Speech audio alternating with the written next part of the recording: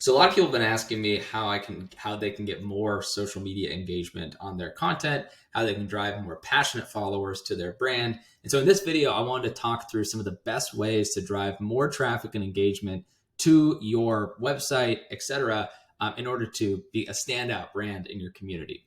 So the first way to do this is to simply just increase the value of the content that you're actually providing. So the thing is, a lot of people, they think that the content there, in terms of just what they kind of come up with on the cuff, like just completely ad hoc, they think that content is the best for their user.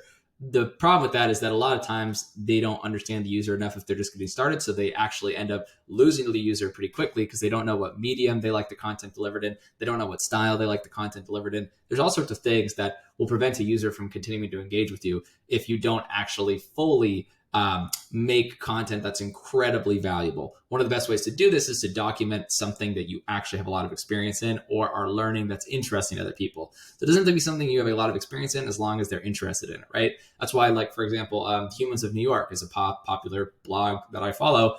They don't have a lot of experience in that at the beginning when they got started. They're just profiling people, but it was interesting enough to people that would get people's attention and then get them to follow, right? So if you can get people's attention, then that's really all you need to do. So that's step number one. Step number two is to invest in a team that can create highly visual and high converting content for you. And you focus mainly on either some sort of speech form content or video form content that can be distributed across every single channel. So I found that the best kind of content to create is video content because my content team can then go splice all that content up and create essentially tons of mini pieces of content across the internet on all my different channels. And that is key for me because it allows me to focus on really what I do best, I think, which is creating content in the video form or audio form at least once, and then it gets spliced up inside the internet. So if you want to create more engaging content, make sure you focus on a team approach. Then that way you're not spending too much time posting content, you're spending more time creating content, which means you can put more value into the content that you're creating. The third thing is to form alliances with people who already have really good content networks. The reason this increases your engagement is because people are more likely to engage in content if they're already affiliated with people that they know and trust. So for instance, if you collaborate with a known authority in your space and you guys put a piece of content out together, you're going to get more engagement in your content because they already have an audience that engages with their content. And so they're going to be more likely to trust you, to want to work with you, etc., because they already trust this other person. So if you can ride on other people's sort of engagement patterns and behavior patterns with their audience, then you're going to get way more engagement on your own content. The fourth thing I would say is trend hopping. So you can identify different trends within a business simply within content, simply by just going onto any of your news feeds on any of your channels and just spending about 10 to 15 minutes per day, just scrolling through different kinds of content and seeing what other people are posting. The thing about social is that, remember, you're dealing with robots who are deciding what kind of content goes live and what kind of content doesn't, right? What goes viral or not.